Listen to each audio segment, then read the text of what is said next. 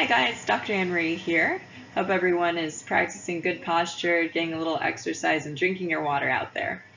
Today we're going to talk about setting up a successful office from your house. Okay, so it doesn't need to be anything too fancy, too crazy. You don't need to spend a whole lot of money on it. So hopefully you guys today will learn how to use the things that you already have at home to make yourself more ergonomic.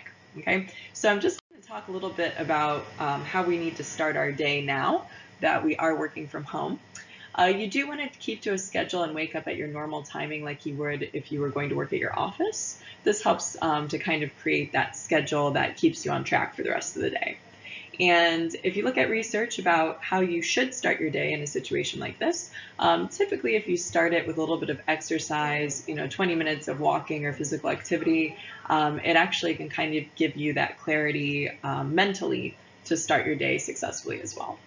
And this one down here, this one says eat a frog. Okay, I don't want you to go out and eat frogs. That's not what I'm saying. There's a very famous quote by Mark Twain. And Mark Twain once said that if you take the task that is the worst and you do it first thing in your day, then it makes the rest of the day much more bearable. So for the example that he used, he said if you had to eat a frog, you want to eat your frog in the morning because you don't want to spend the entire day thinking about eating that frog. So we don't want to eat frogs. That's not what I'm telling you to do. Just take that task that you don't want to do in the morning, you just do it first, you get it out of the way, and then it makes the rest of your day much more enjoyable. Now, when we're talking about an ergonomic setup, there's a few different things that you guys need to be looking for. If you're going to be using a standing desk, you want to look for kind of the ear, shoulder, hip, knee, ankle, and foot, okay, kind of to be in this one straight line. And when you're looking at the sitting setup, it's the same idea. So we want ear, shoulder, hip, okay, in one straight line. You kind of want this 90-degree angle here, here, and here, okay. Now for both of these setups, the angle of the arm and hand, it's about 45 to 90-degree angle. There is some variance on it. I know this photo shows that it's 90 degrees only, but it also does have to do with your own comfort level as well. When you are sitting, you want to make sure that the chair has kind of this lumbar support to support the low back spine. And the most important thing for both of these office setups is when you are looking across at the screen, there's actually a chunk of the screen that is sitting above your eye level, okay? So you need to make sure that whether or not you're using a desktop, a laptop, whatever it is, it needs to be sitting above your eye level, and you can prop it up with books. You can use a laptop stand if you have one. It's a little bit up to you on what you want to do to make sure that it's high enough. Now, when we are talking about setting up a home office, we want to kind of systematically break down how to set it up. You need to pick out what is going to be your desk. You need to find a chair that fits the desk. You need to pick your screen, whether or not you're working on a laptop or a desktop, and you need to modify it to fit better. So even though you're setting it up, you do need to kind of edit it down to make sure that it's hitting all the points that I showed you on the previous slide. Now, when you are picking out your desk, there's a few options that you have. Typically, most households might have one of these or two of these, or maybe you're lucky enough that you have all to kind of pick from. And there are pros and cons to each. Coffee table, it is a hard surface, which is great, but it's also very short, so you're going to have to sit on the floor. And if you're going to be sitting on the floor, it's probably not going to support your low back, your hips and pelvis the way that it's supposed to. If you have a kitchen counter and island, this is actually what I have in my house. So I would be very limited to just pick one off of this list.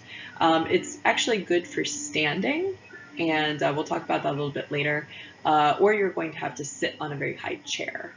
The other problem that you'll see with it is that you will have to look down on the screen due to the height. So this is one that you'll definitely need a laptop stand, a box underneath of it, something to make sure that the screen is high enough for you. A dining room table is probably the best option. It's the closest to a work desk. It might need some small modification, like if it's a little bit too short, a little bit too tall, but typically your dining room table is going to be the closest thing that you can get to actually working in your office. And if you do have a home office, you might have the office desk. If you've got that already, you're kind of good to go with that one. That's the best option, but again, I realize that not everybody has that. So probably pick that dining room table if you've got it. If you don't have it, probably the island is the next best thing, and then last resort, probably the coffee table. Now the next thing you need to do is you need to find a chair. So most of us don't have an office chair in our house. This photo that is on that slide is, of course, an office chair. What you need to look for is the things that I showed you on the photo 2 slides ago. So you need to make sure that it's putting 90 degrees at the hip, knee, ankle, and foot. Firmer is definitely better than too soft. It is not a good idea to work on your couch or your bed. I will show you why in a couple slides here. And you need to look for something that's supportive of the spine, okay? So if you're looking at this chair over here, you can see that it's got this little portion on it like this, okay? This is a lumbar support, okay? And this is actually really important. So when you're looking at your guys' x-rays, when you're looking at the shape of the spine, you should notice that you've got this curvature in your low back right where this little green shape is that I drew now. And that is going to actually keep you from having back pain while you're sitting, okay? Now, if you're working on a chair that doesn't have a lumbar support, then you should add a rolled up towel or a small pillow to the low back to help support that position. So your backside will be touching the back of the chair. This portion through here is going to support that curve, and then your upper back is going to rest here. If you don't have the top part of the chair here, you know, as long as you keep your upper back on the chair, you will be okay. Now, can I work on my bed or my couch? The short answer is no, you cannot. And what you've probably noticed is that if you do spend your whole day sitting on your bed or your couch working, your low back probably doesn't feel that good. And what that has to do with is it actually has to do with this picture here. So when you're looking at the low back, you can see that it actually has kind of that nice green line curve, and that's the shape that your spine wants to be in, okay? Now, when you're sitting on the bed or you're sitting in a couch, it actually puts you into the opposite shape, and that will stress down here in that low back and give you low back pain. Here you can see, you know, when we're sitting unsupported, it kind of puts the low back spine like this, which is actually the opposite position that we want it to be in.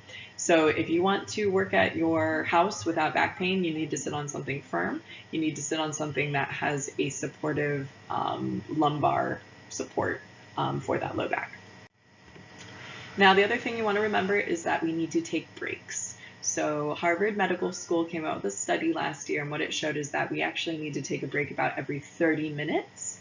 I have a hard time getting some of my patients to follow that, and you know, sometimes honestly I forget as well.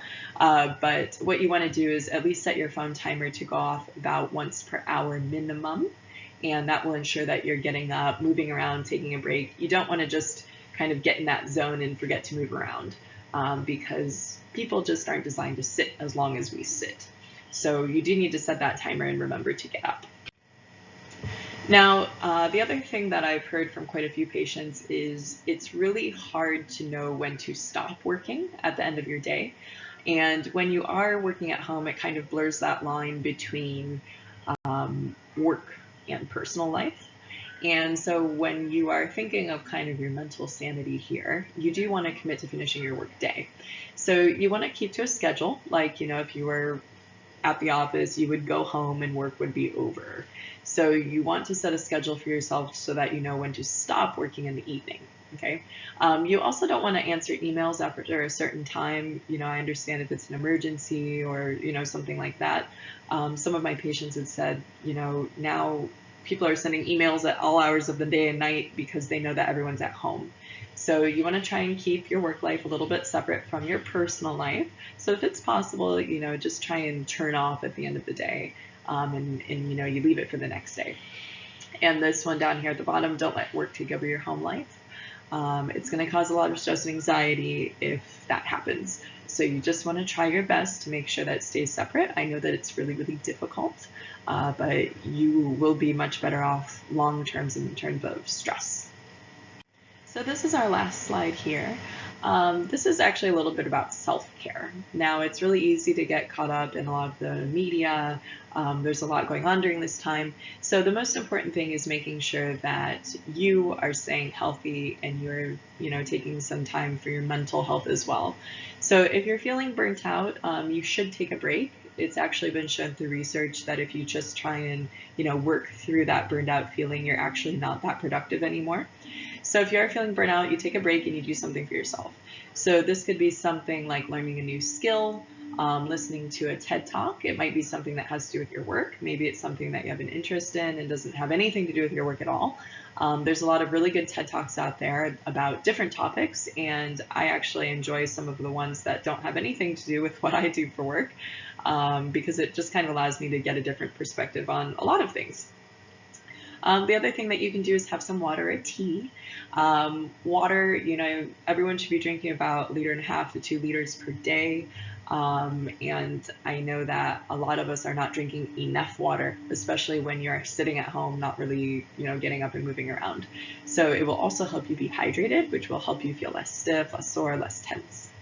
You can also listen to a productive podcast, like I said with the TED Talks. Doesn't have to be super productive, but just something that kind of gives you that mental break and that clarity to be able to go back to your work feeling refreshed. Or you can work on a new skill. So for me, I'm going to use some of this time at home to actually kind of brush up on my Mandarin. I've always tried to learn, and this is a really good opportunity for me to throw some real time at it. And just making sure that I'm staying healthy, moving around, do a little exercise, just all of those things will help to kind of keep you healthy and sane. So thanks for listening, guys. And if you have any questions or comments, just feel free to send us a message, send us an email, or post it below, and I'll try and address it on the next one. Thank you.